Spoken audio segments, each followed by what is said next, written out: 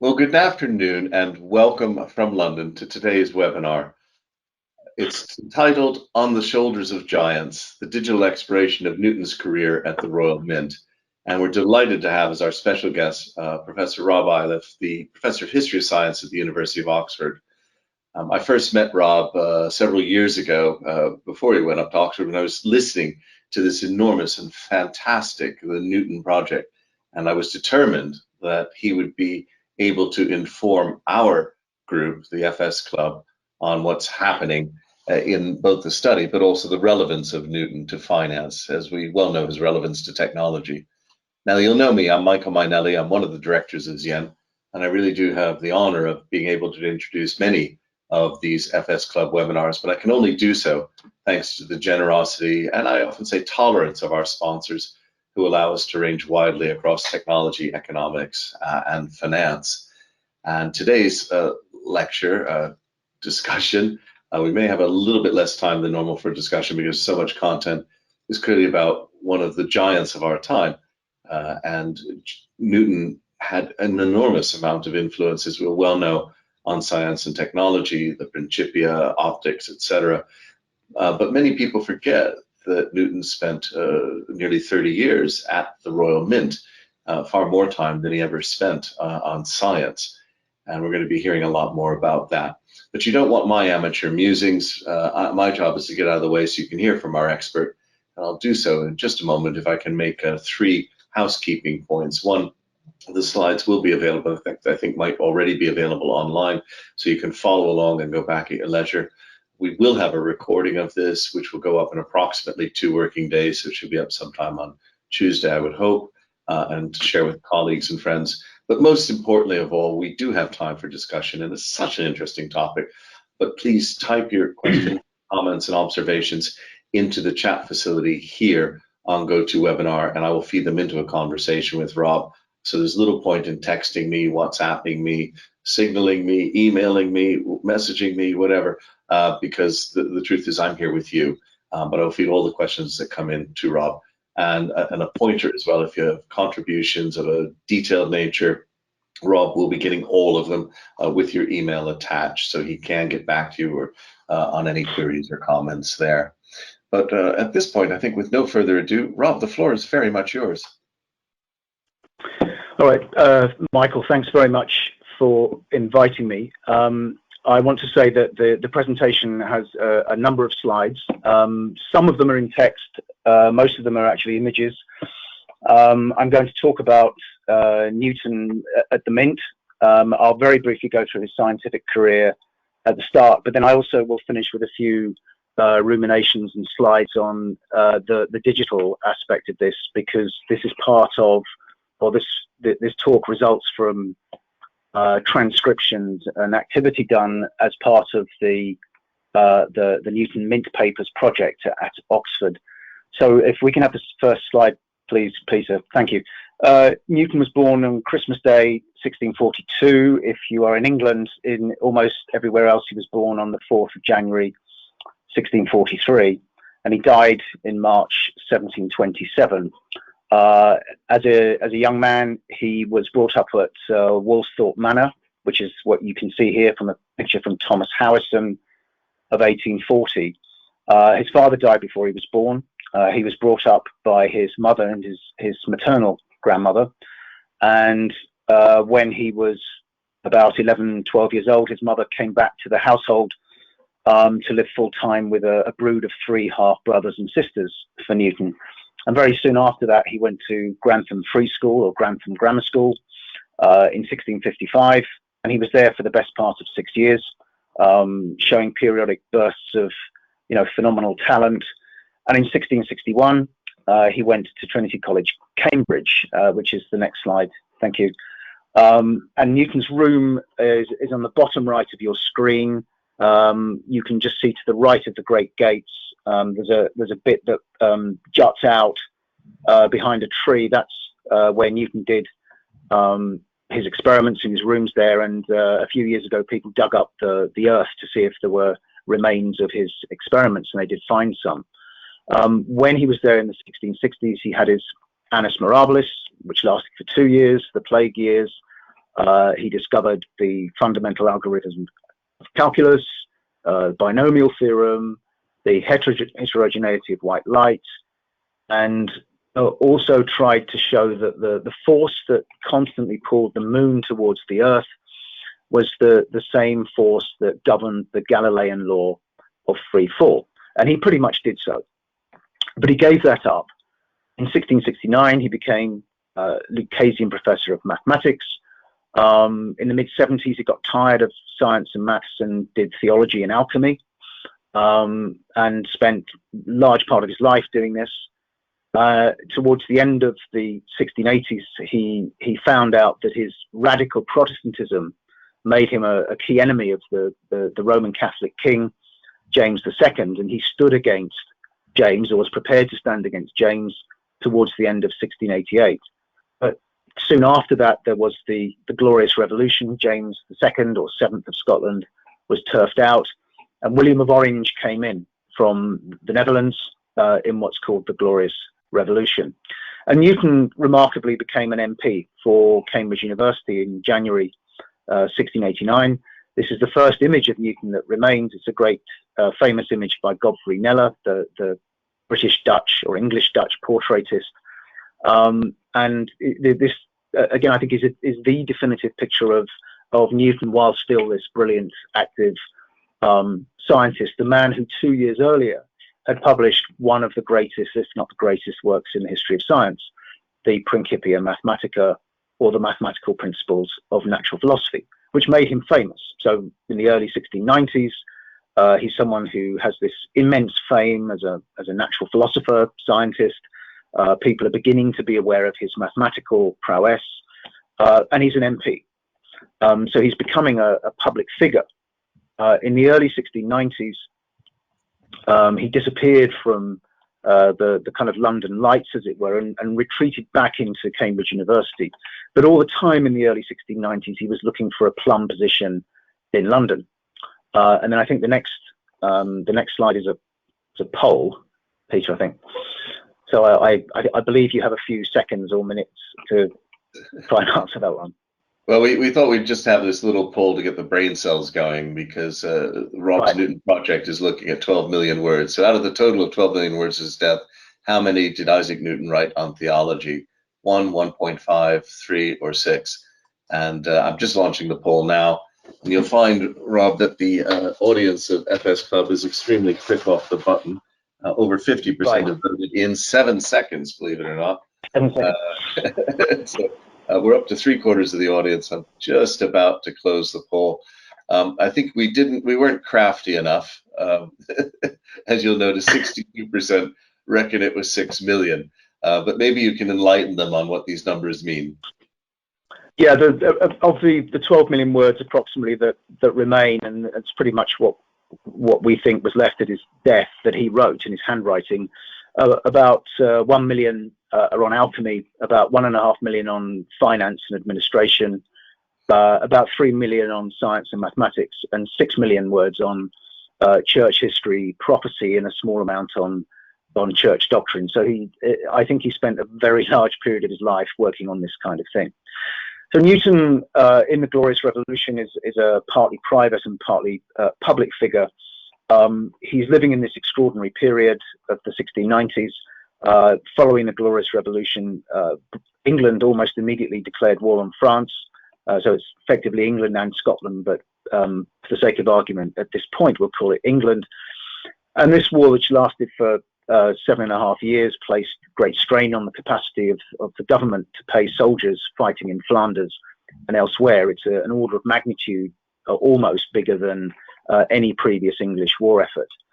In this same period, in the early 1690s, we see a dramatic increase in the use of bills of exchange and various banking innovations, which helped funnel money to Parliament for this new war effort, creating what historians now call the first fiscal military state. And alongside that, we see the emergence of the national debt, fractional reserve banking, a new interest in patents, joint stock companies. And many of these are, of course, mechanisms to bring money into to the exchequer, tontines, annuities, new insurance schemes, and local and national lotteries. especially the Million Adventure Lottery of 1694, launched by the master of the mint, Thomas Neal. And the most famous of these, of course, is the creation of the Bank of England in 1694. Next, please, Peter. So this is the Million Bank chest. It looks like one of the things you see on some TV programs today, but this was 100,000 lots of £10 tickets. A lottery. You can still see this is the actual chest that was used with 18 keys. It says Million Bank on the side. And if we can see the next slide, there are injunctions, both moral and economic, about the lottery. You can see on the left-hand side, a man is very happy because he's bought a ticket. The whole family's happy. On the right-hand side, completely unsurprisingly, the lottery hasn't come through. And there's a picture on the back wall, which you can see on the left. It's the Garden of Eden. And on the right-hand side, things have gone downhill, and there's an expulsion from the Garden of Eden in the picture. So next slide, please. There was at the same time, in a way that was separate but also related to some of these mechanisms, a dramatic currency crisis in the English economy. In the early 1660s, Charles II, with the help of Nicolas Blondeau, had introduced a new machinery to create milled coin to prevent counterfeiting, what was called clipping and coining. But most coin that was circulating in the 1680s had not been milled with a machine, with the edges saying, decus et tutamen, a declaration and a safeguard, but was actually more crude hammered coin that was capable of being clipped with a clipper, and the clippings being melted down. So the coins were getting more devalued, more debased, and they were getting smaller and smaller. Newton's later assistant at the Mint, Hopton Haynes, noted that silver coin paid as tax was losing weight from about 1686, and clipping and coining accelerated from that date. War temporarily stalled counterfeiting at the start of the 1690s, but it took off again in a big way, causing the price of a guinea, so a gold guinea that was set at 20 shillings in 1663, to rise to 30 shillings. And again, this is now something that historians are looking at in the context of a global Eurasian movement of money, always going eastwards, because the value of silver was much higher in China and India. It's, if you like, sucking silver out from Europe.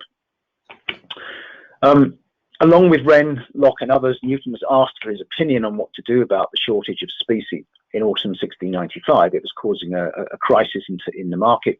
So I'm talking about the market in which people buy ordinary goods. Locke's solution, by not devaluing but recoining at the old silver content, was chosen above what almost everybody else suggested, which was to debase or devalue the currency. Locke's solution was chosen as a means of guaranteeing the integrity of the currency. Newton, who throughout this period, I should say, had been angling in desperation, I think, for a position in government, but particularly at the Mint, something that's very shocking to people in the Enlightenment and the 19th century. People was invited by his very good friend, the Chancellor of the Exchequer, Charles Montague, to be Warden of the Mint in April 1696. Montague promised Newton a well-paid sinecure, but the religious moralist, that is to say Newton, could never take on such a position without linking his own integrity to that of the institution. Thanks. As Warden, Newton was the representative of the Crown and responsible for legal and criminal work. There were three officers of the Mint, the Warden, the Master, and the Controller. So Newton was Warden, representative of the Crown, responsible for legal and criminal work. And he arrived at the Mint intent on maintaining its integrity by, first of all, ensuring the quality of gold and silver coin, and secondly, by prosecuting those who sought to debase it. He pushed hard for legislation to make it a capital offence, that is one of treason, to debase the coin.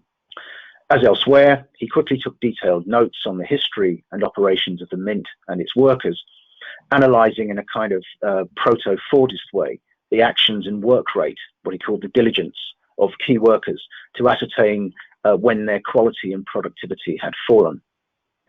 And he also set up proper accounting systems for all mints involved in what was called the Great Recoinage, this massive effort to create enough coin in the system to keep the currency in good health. And these other mints were at Chester, Norwich, and York. Here is a transcription from the website, one of thousands of these kinds of images of the sort of effort that Newton put into, the intensity that Newton put into learning about the workings of the mint. So next slide, please. Newton went to the mint at the Tower of London. For about 30 years, it became a place that he went to at least once a week, sometimes 2 or 3 times a week when there were crises. He entered at the bottom left, at the lower point where you can see AA, and the mint runs around the outside of the tower. The inner lining, you can probably just make out that there's a street which is actually called the Mint, which runs on the inside of that picture, going round to the right hand side of your picture, which the entire right hand side, or the east side as you look at it, is the Irish Mint. There's another picture in the next shot, which is a more expanded view of the mint, where it says AA at the bottom. That's where Newton was when he became master of the mint at the end of 1699. And then on the left-hand side, you can see B is the entrance to the mint, C is where gold was melted and coined, and E is the main place where silver was coined. If we can go to the next slide, again, we can just briefly look at that. This is again a more detailed view of the place that Newton worked in for 30 years, more than anywhere else on a regular basis. Towards the right hand side, the northeast as you look is really the Warden's part of the mint. So that's where he was for 4 years at the end of the 1690s. So next one, please. Newton soon set up a system for identifying and catching individuals and networks implicated in counterfeiting. He took a keen interest in using allies and spouses as informants, often paying the latter as witnesses to travel to various inns across the country, and also to dress respectably when giving testimony. His major triumph was catching leading criminals of the day, including the arch counterfeiter William Challoner, who was hanged at Tyburn as a result of Newton's work in March 1699. And Newton designed a series of countermeasures to protect the security of secret mint tools and processes, drafting often draconian legislation against clippers and coiners. So if we have the next slide, this again is a typical one of about 180 similar depositions, where this is a very important one. This is the deposition from someone called Catherine Carter, the wife of Thomas Carter. Maybe you can see at the top, now prisoner in Newgate. This is just before Challoner was hanged, and this is the definitive piece of evidence that put Challoner in the gallows. And again, you can see the amount of detail that there is in this kind of information. And I'll talk a little bit at the end about how that can be turned into a data set that we can look at by means of the digital Newton Mint Papers project. So next one, please. On the death of Thomas Neal, who we met earlier on as the architect of the Million Bank Chest, Newton was made master of the mint on his birthday in 1699. And the master was responsible for all mint expenditure. He's the kind of executive head of production activities, and checked by the comptroller, who had a separate account. Newton grew rich in the rare periods where gold coining was extensive, but did not entirely give up his prosecutorial work when he became master. Nevertheless, I think something that has been underappreciated by historians is just how much effort he put into the issue of the gold-silver ratio. So in the next slide, there's a picture of Newton, again from Godfrey Kneller, 1702. This is almost as famous as his previous image. On the next one, please. We can see a bit more on his work on the gold-silver ratios. Newton spent a vast amount of time in the first part of the first decade of the 18th century, during which time he sat as an MP for a second occasion, on responding to Treasury requests to examine the gold-silver ratio.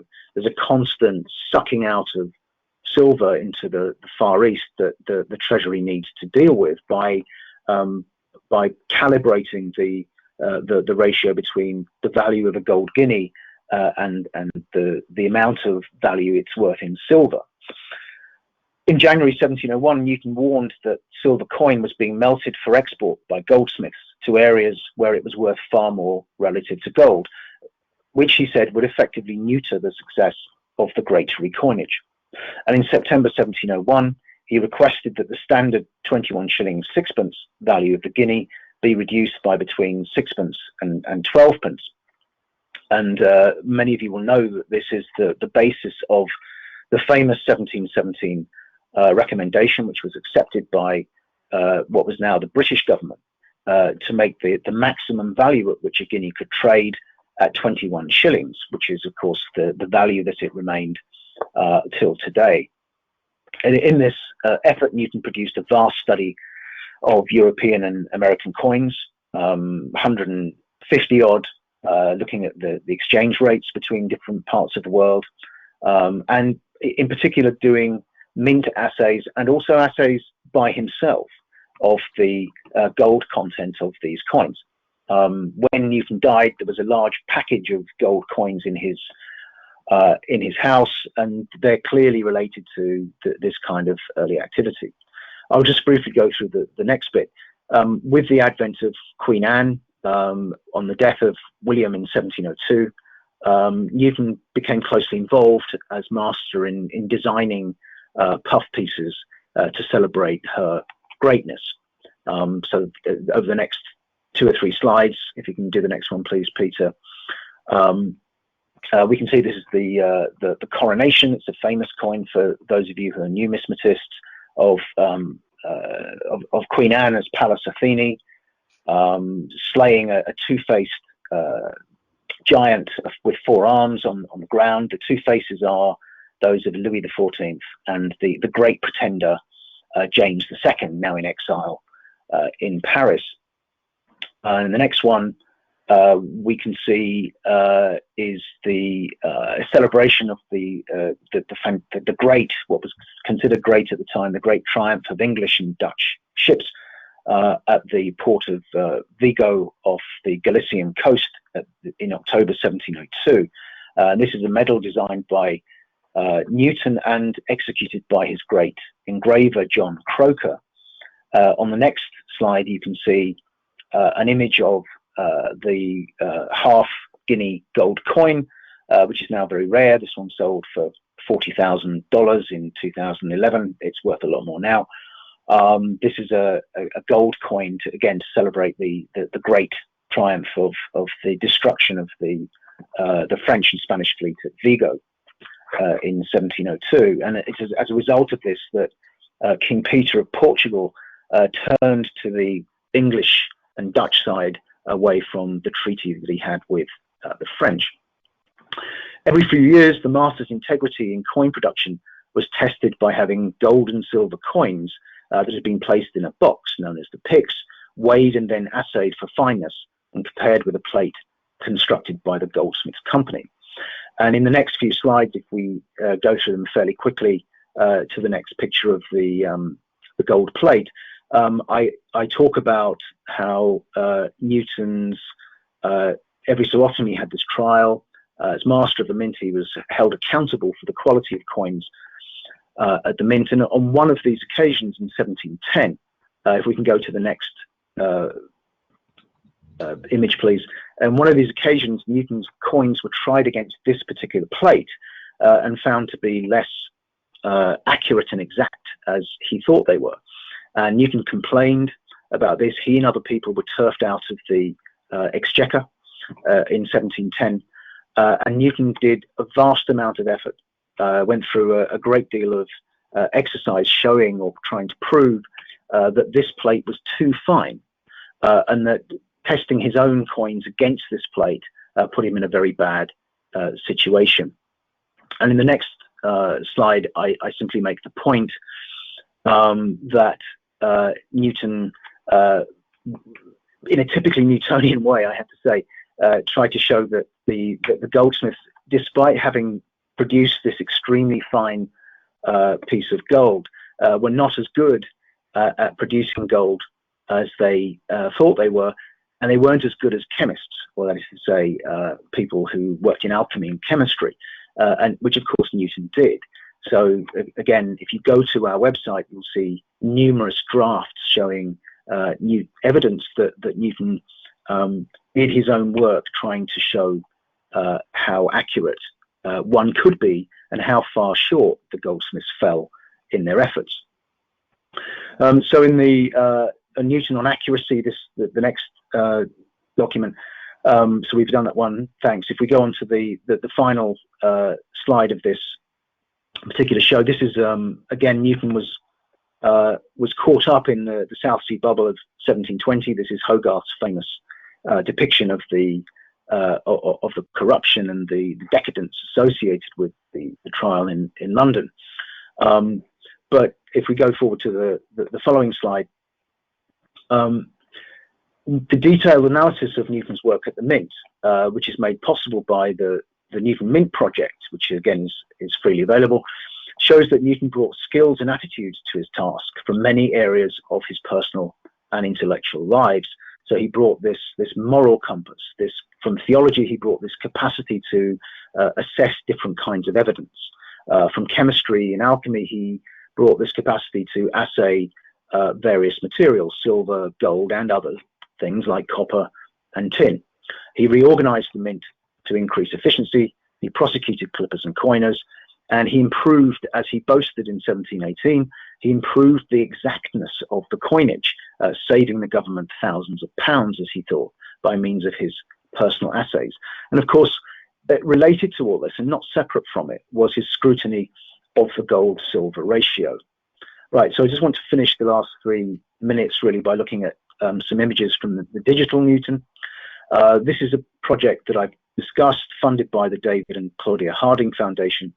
We've transcribed already all of Newton's Mint papers at the National Archives, along with other relevant letters and papers from the Treasury documents there. This is going to go live in October 2021, but it's already accessible, and I'll give you the URL in a minute. It's got additional features such as introductions, commentaries, timelines, and representations of networked relations between the counterfeiters, embedded in a digital map of London, John Roke's 1746 map. This is all part of the much larger open access Newton project, which we hope can be finished by transcribing all of Newton's scientific papers, which are not yet transcribed, in 2027, which, as some of you will recognize, is the tercentenary of Newton's death. So just a few images to finish with to show you what kinds of things we can do. Here are part of a list of all of the documents relating to William Challoner. You can search through them in this way. We have a timeline in the next image which is dynamic. You can click on it and find documents relating to Newton's efforts to prosecute William Challoner. In the next slide, there's a representation of the networked relations between Challoner and his associates, his relatives, and also those people who were out to get him. In the next slide, we can see a digital map of London. This again is a sort of clear, clean, naked version of Roke's 1746 map, but we've overlain it on top of a modern Google map of London. This is when you toggle between the two maps, this is a midway toggle between the 1746 map and the 2021 map. And in the next slide, you can see what London looks like now. Actually, if you can just go back one, Peter, you can see, I think in a fascinating way, how modern London pretty much fits on top of 1746 London. So going forward to the next two slides, we have what happens when you start searching for particular elements within London. You can search for inns, coffee houses, streets, and so on and so forth. And these are linked to individuals who were there. So you can search for these either through individuals, or you can search for them through particular place names. In the next slide, which is the penultimate slide, you will see the front page of the Newton and the Mint site with the URL at the bottom of the page. This will be available to you afterwards.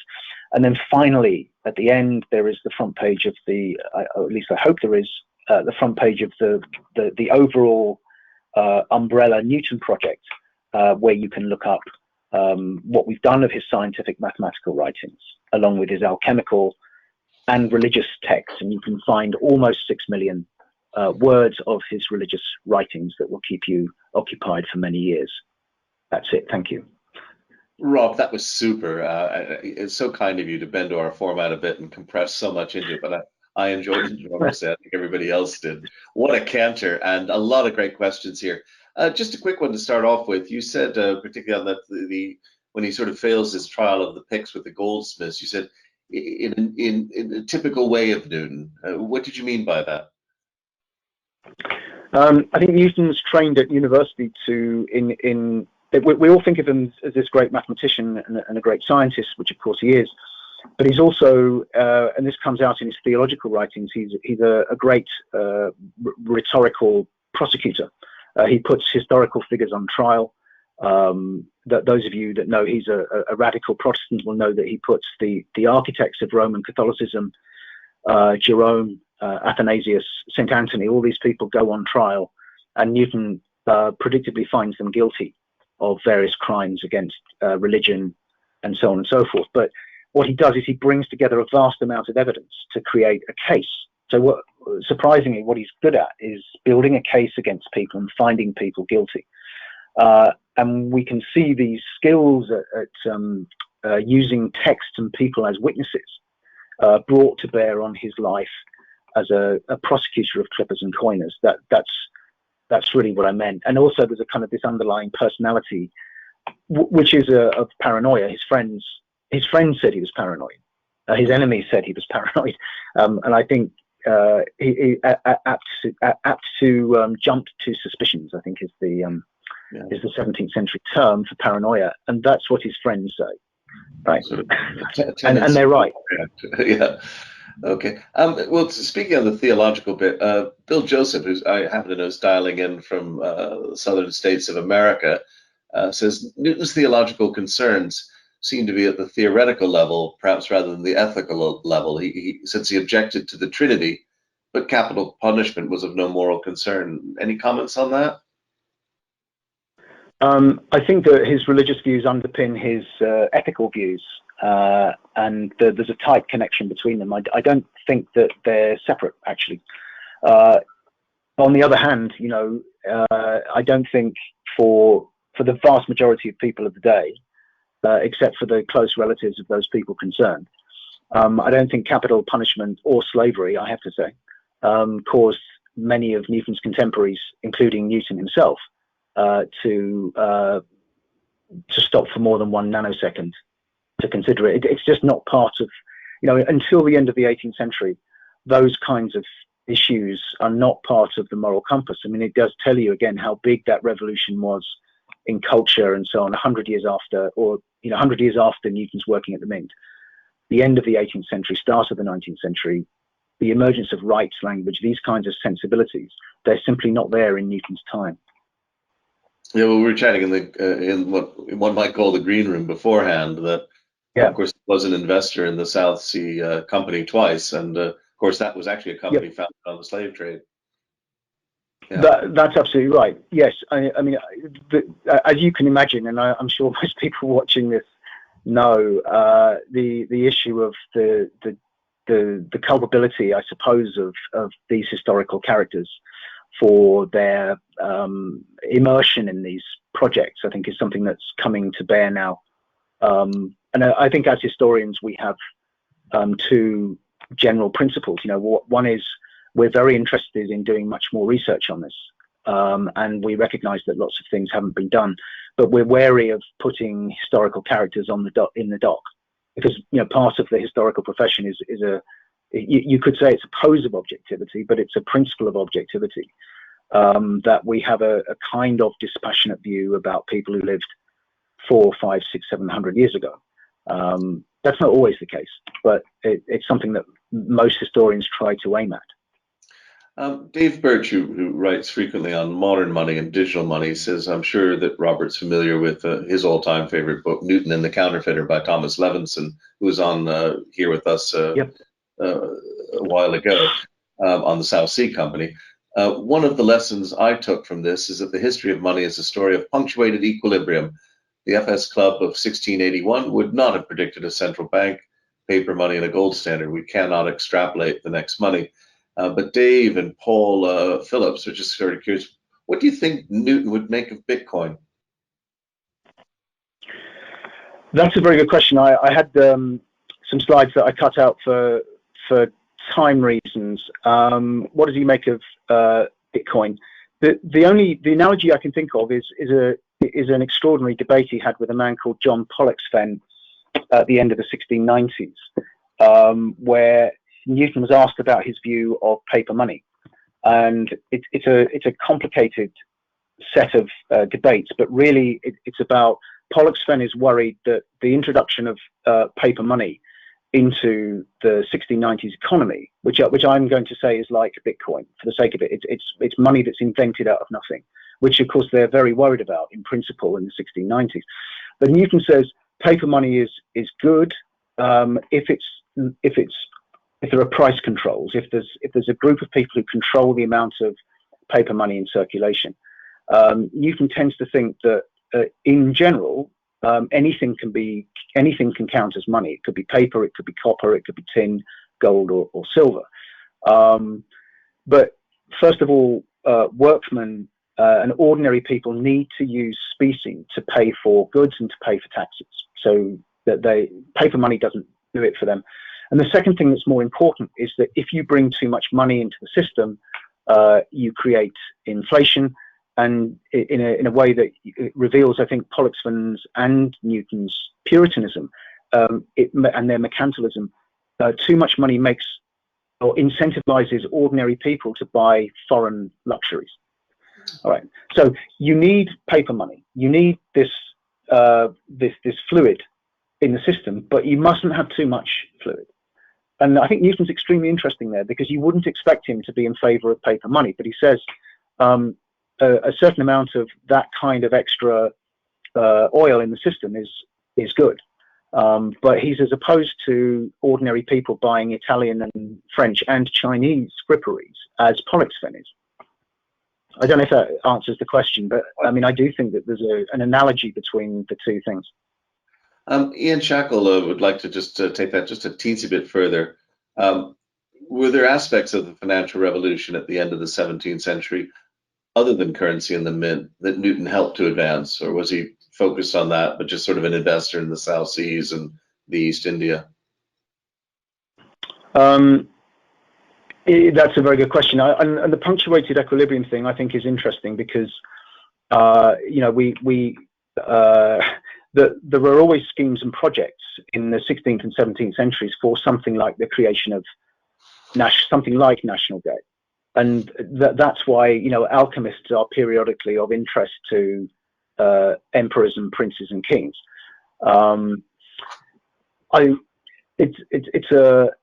It's an interesting question. I don't know that I can say much more than that. I mean, there are lots of things going on in that period, 1689 to 1720. But I think particularly in the 1690s, you see all these things coming together that I described early on, the bits and pieces of the financial revolution. What effect did Newton have on this? I think on the one hand, his work at the Royal Mint is it's quite narrow, and he's been criticized, or not criticized, he's been taken to task for not having been as revolutionary in changing the economy as he was in mathematics and science, which is obviously absurd. Nevertheless, if you look at his moral attachment to keeping gold, I mean, you can see, I think, that he's one of the very first people to take gold seriously as money. because the default standard, although people think that there's bimetallism in the early 18th century, it's really silver is money, and gold is something slightly different. But Newton, I'm not going to say something like he loves only gold, but Newton really takes gold much more seriously than other people. If you look at his work in the Mint, there are some very interesting documents where he kind of gives up trying to stop money hemorrhaging out east and says, well, look, if silver keeps going out eastwards, then maybe you'll get an equilibrium in China, and that there'll be a gold silver ratio similar to the one that exists in Europe, and then that will stop the money going out eastwards. So there's that tension in his documents that, again, I would say this, wouldn't I? But I think historians now have the opportunity to study in more detail as a result of the kind of things we've done. Yeah, it sounds like an intuitive feeling for supply and demand curves. Richard Purser, on that same subject, could you explain at all the high demand for silver from Asia at this time, which seemed to be such a big influence?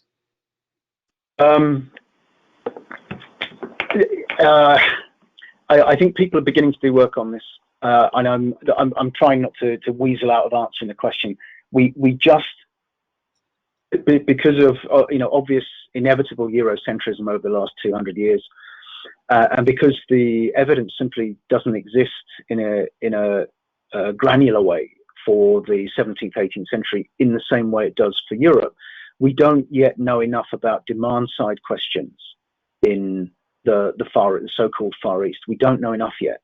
We know that half of the gold from South America goes up from Acapulco to Manila and then into China. So half of the silver from South America goes up across the Pacific, and the other half basically goes across the Atlantic, hangs around in European economies, and then ends up going across. And of course, Europeans, but particularly the English and British, are paying a lot of money for Chinese and Indian goods, which is why the second half of the 18th century and the start of the 19th century for Britain is all about import substitution. It's about porcelain, tea, all these kinds of things to stop the money going across. Sometimes the simplest explanation is the easiest. We wanted to buy their stuff and had nothing to sell them. Yeah, that's what it is. Yeah. Charles Vermont is curious. Does the recoinage in any way suggest that the majority of commerce at the time was conducted on credit? There are some things that I don't quite understand. I know that there's a vast amount. The vast majority of people do not have access to fancy silver coins. They've got access to hammered coin, because hammered coin, continues in circulation, obviously, until well into the early 18th century. But it's not legal. There's copper coin, there's tin coin, there are tokens, and there's periodic renewals of a kind of bartering system. There's a massive amount of credit. That's absolutely right. Yeah, credit is there.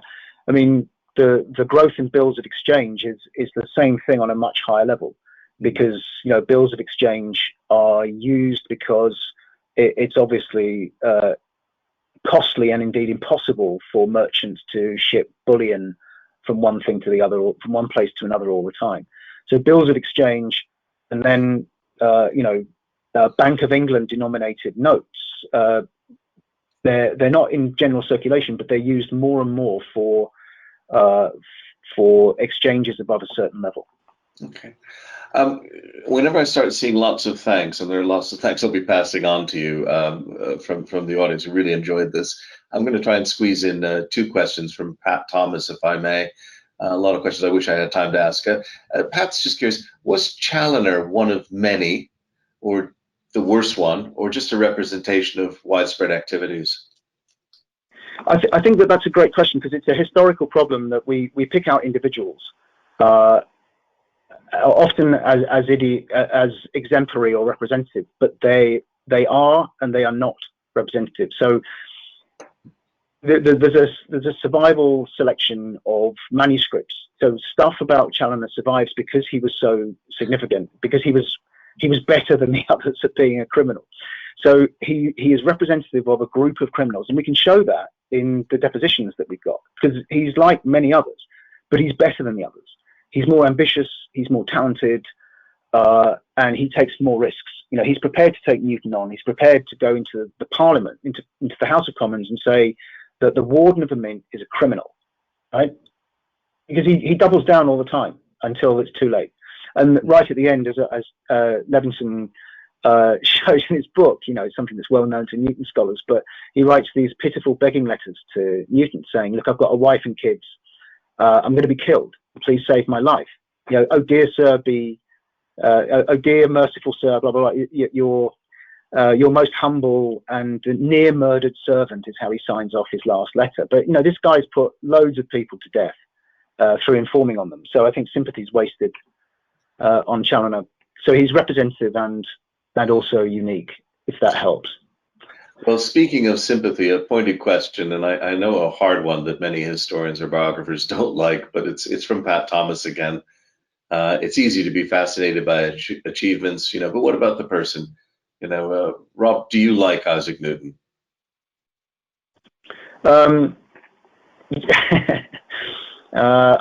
think that Newton forced people, and you can see this in that he forced them to either become sycophantic, or he forced them to really dislike him.